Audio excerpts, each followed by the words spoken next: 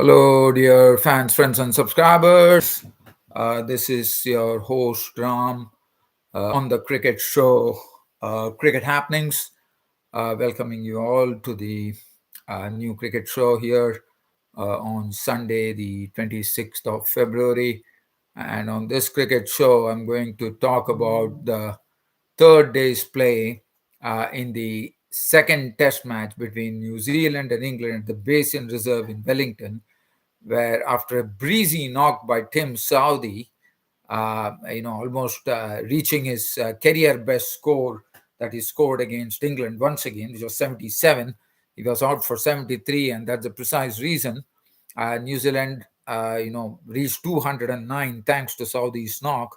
But later on, Ben Stokes did not have any hesitation in telling New Zealand to follow on. The reason being, the conditions were very ideal for the swing bowling, with the weather being uh, overcast at that particular time, which really helped matters, and that's the precise reason Stokes decided to tell New Zealand to actually follow on. But one thing that I can say, that New Zealand put up a very good show for the first time in this series. First and foremost, it was the opening partnership between Conway and Latham, and after that, it was okay. First, it was Conway and Latham with their opening partnership, which was the best ever partnership, and after that, that really helped them as they closed the day at 200 and I think 209 for three, if I'm not wrong. It was 202 for three, so another 24 runs separate them, and I think they have done a good job. So let me just talk about it. So as I said, the day started off. That is day three, I reckon. Yes, day three started off with New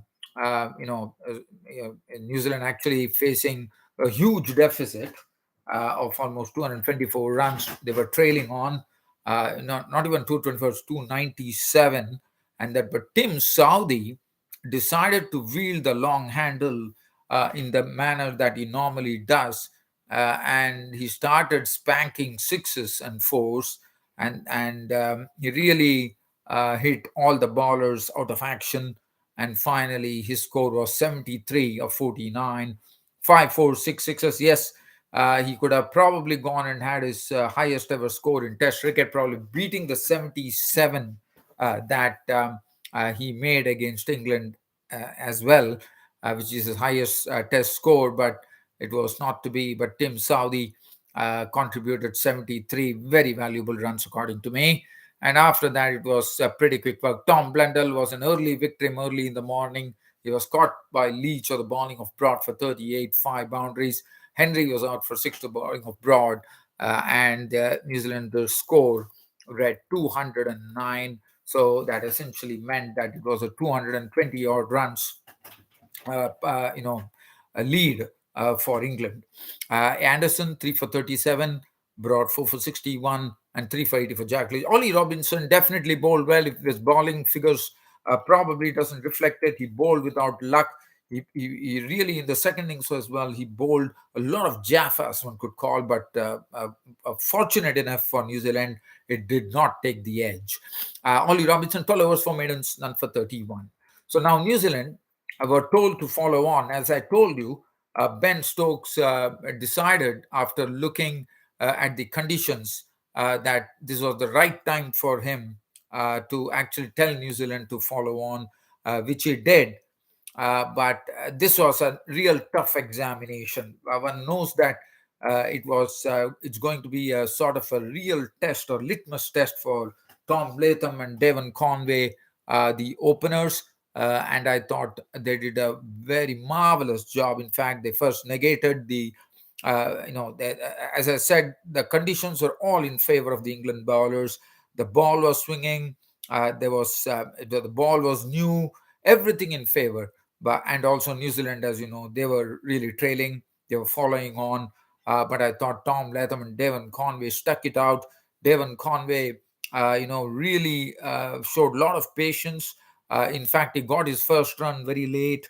After that, even to his second run took a lot of time. They kept on prodding. Tom Latham, we know what a stonewaller he can be, and both of them came with a real purpose. They played with a great sense of responsibility, and the partnership, once they saw of James Anderson, Ollie Robinson, Stuart Broad, and when the spinners came, they started using their feet, and then suddenly things started flowing. Yes, as I told you, Ollie Robinson bowled with a lot of without luck. The ball also James Anderson, and one thing I can tell you here, as far as the pitch is concerned, what one saw on this particular pitch is that the ball, there was good movement, no doubt about it, but also the pitch is also aiding. We had a lot of balls that bounced oddly, and this is something we have not seen in the past on a basin reserve Wellington pitch. This is something which is very new. Even the commentators said that they have not seen such a pitch, especially in basin reserve, where it could even help the spinners. As I said, the balls are really rising from the good length spot. Over and above that, when the spinners were bowling, we could totally discern the turn that was available. The ball was really turning. You could really watch on the telly as to how the ball was pitching, and the ball was just turning away. And So definitely, it's not going to be easy. In England, they are going to play baseball, cricket, whatever be the target.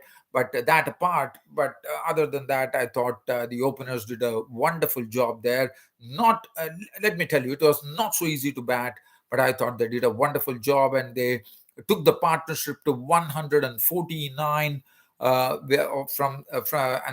the first wicket to fall at 149 with the opening partnership was the first wicket of Devon Conway, and it was the spinner Jack Leach actually providing that important breakthrough when Conway was the first to go, as this was on the outside off stump. It was a forward prod. There was some turn as well, as I told you, and a bounce.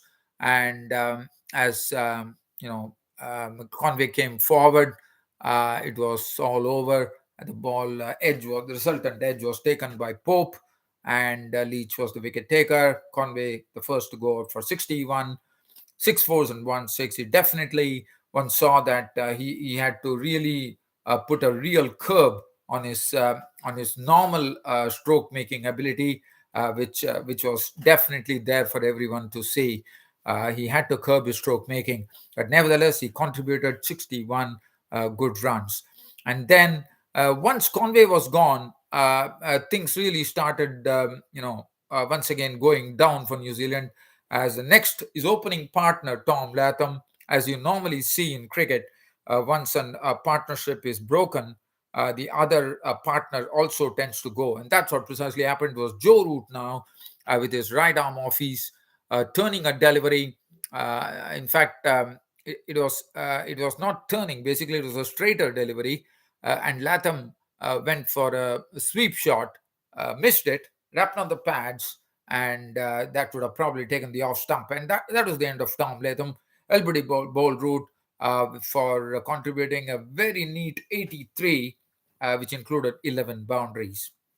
And so now it was Kane Williamson who definitely had to stand a test. He took his time, he bided his time at the crease, bringing all his experience to the fore, and definitely all the eyes were on Kane Williamson. But after that, Will Young came in, but Will Young did not last long. He was clean bowled by Leach. That was a real ripper. I mean, this is a real ripper coming from this left arm spinner Jack Leach. The ball pitched on the middle stump and went on to shave the off stump of Will Young. That was a superb delivery. I mean, Young was absolutely bamboozled, as we call it, as the ball pitched on the middle stump, taking the off stump. And this was a perfect dismissal from the left arm spinner, turning the ball all the way from the middle stump to the off stump. And poor Will Young was caught at the crease, and he was gone for 8. The score read 167 for 3. And finally, Henry Nichols came in, started giving company to Kane Williamson. And Kane Williamson, as I said, brought all his experience to the fore and finished on an unbeaten 25 with two. I think it was, if I'm not wrong, I'm just trying to see whether it is a two fours or two sixes. I reckon it's yeah, he hit two fours in that particular knock of his, and yes, there's a the onus of responsibility today will lie on Kane Williamson, who's not on 29 with two boundaries, and Henry Nichols also has to really. This is the time for Henry Nichols to really put a good score on the board. He's someone who has taken that spot of Ross Taylor, I reckon, who has retired, not out on 18, one boundary and 202 for 3, the final tally, with another 24 runs still separating New Zealand from making England bat again. So definitely all eyes will be on Kane Williamson. He's going to be the main man today because there's still some batting to come in the form of Mitchell and Blundell. I think Henry Nichols and Kane Williamson have to do what Latham and Conway have done as openers. If they could do that, they probably could bid like a 100 like a century stand. That will really help matters, but one has to wait and see. With the fourth day approaching, probably when I'm talking to you today, in another 1.5 hours time, we will have the match starting at the Basin Reserve in Wellington. Looking at the bowling figures, Anderson 3 for 38, bowled well, no doubt about it. Also, Ollie Robinson, as I said, was luckless. 15 overs, 3 minutes, 34 runs, no wicket. Stuart Broad, 11 overs, 2 none for 34. Leach, definitely taking full advantage of the turn offered by the pitch. 31 overs, 7 maidens, 59 runs and 2 wickets, bowled excellently. Joe Root, 9 overs, 1 for 18. And Ben Stokes, 2 overs, none for 16. So that was that was the match scores. As I said, New Zealand will be starting their day's play in another 1.5 hours time in the Basin Reserve, trailing by 24 runs. Well, definitely, the odds are definitely stacked against New Zealand, even though they might wipe off the lead. We all know what England, and for England, right now, even though only 3 wickets have gone, another 7 to go, I can very firmly say that England are looking firm favourites to go and win the second test, unless Kane Williamson can come up with some real sort of a real excellent knock with all his experience. That will help, and it's very essential that this pair really goes the distance today. Well, dear fans, subscribers, I think I'm going to wind up this cricket show. I normally speak for a great length of time, but today I thought let me do it like a very short video. And I think there's not much to really talk about. Yes, the PSL is going on, but I don't think I'm going to be in a position to dwell on that. I thought I will keep up this cricket video a bit short today, ending it up right now, and look forward to your company. Not Again, it will again have to go to the weekend. So again, I'll be catching up with you all on Saturday during the weekend once again. Well, as far as this week is concerned, all eyes are on indoor, where India will be playing their third test match against Australia. I'm told there's a red soil out there in indoor. It'll be interesting. And definitely for Australia, India have already, retained the Border Gavaskar Trophy. But for Australia, it is all a matter. And Cameron Green and Mitchell Stark will definitely strengthen the side. Cameron Green is back, but they're also crippled. David Warner has gone back home, and there's no Cummins, I think, will come back. So Josh Hazelwood has returned home. So that is not a good feeling for Australia. They have injury worries, and India will be hoping to carry this success further. So that's coming up. There is also South Africa. South Africa are on the West Indies are on the tour of South Africa. So that's going to be another interesting series, which is coming up. And also, once the England leave New Zealand, the Sri Lankans will be touring New Zealand as well. So a lot of cricket coming up, I reckon, and I'll catch up with all those cricket for you in my next cricket show. Keep an eye on my Twitter page, where I normally do the cricket tweets.